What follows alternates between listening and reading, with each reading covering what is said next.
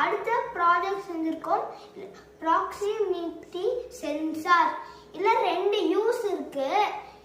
எங்க தங்கச்சி வந்து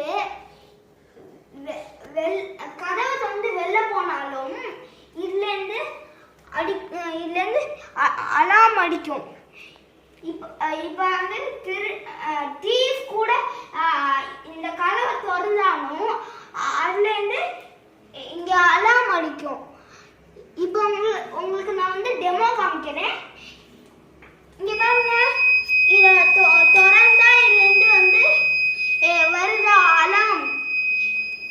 இத க்ளோஸ் பண்ணிட்டா அலார்ம் போயிடும். இப்போ வந்து இது நல்லா இருக்குல்ல?